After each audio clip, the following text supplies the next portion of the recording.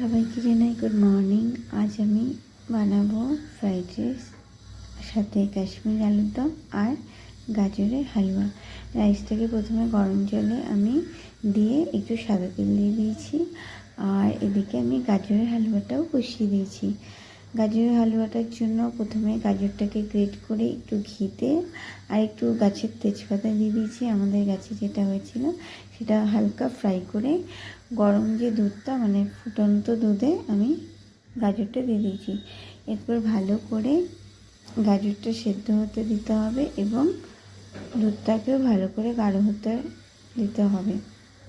যখন প্রায় হয়েই আসবে, প্রায় 90% হয়ে আসবে, তখন পরিমাণ মতো চিনি, মানে যে যেরকম চিনি খায়, অল্প বা বেশি, তো আমি এখানে মিডিয়াম চিনি দিয়েছি। আমরা খুব বেশি মিষ্টি খাই না।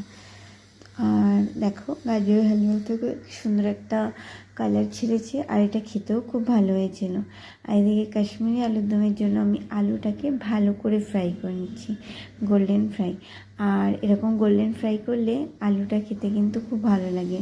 আর মশলার মধ্যে আমি আদা আর কাঁচা লঙ্কা পেস্ট করে নিয়েছি, সেই পেস্টটাই আমি দিয়ে দিলাম। তারপর আমি গুঁড়ো লঙ্কা এবং একটু জিরে বেশি করে দিয়েছি, যেহেতু এটা নিরামিষ। আদা আর জিরেটাই মেন মশলা।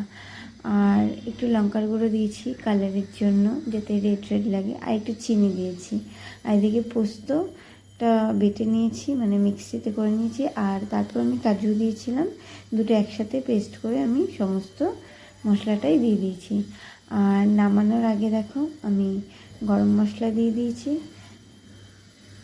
তা এরপরেই আমার আর জাস্ট 2-3 মিনিট হলেই হয়ে গেছে আমার কাশ্মীরি আলুর দম। আর এদিকে ফ্রাইড রাইসের জন্য কাজু বাদাম প্রথমে ভেজে নিয়েছি। এরপর একটু আদা আর তেজপাতা ফোড়নে দিয়ে একটু ফ্রাই করে তারপর আমি রাইস আর সবজিটা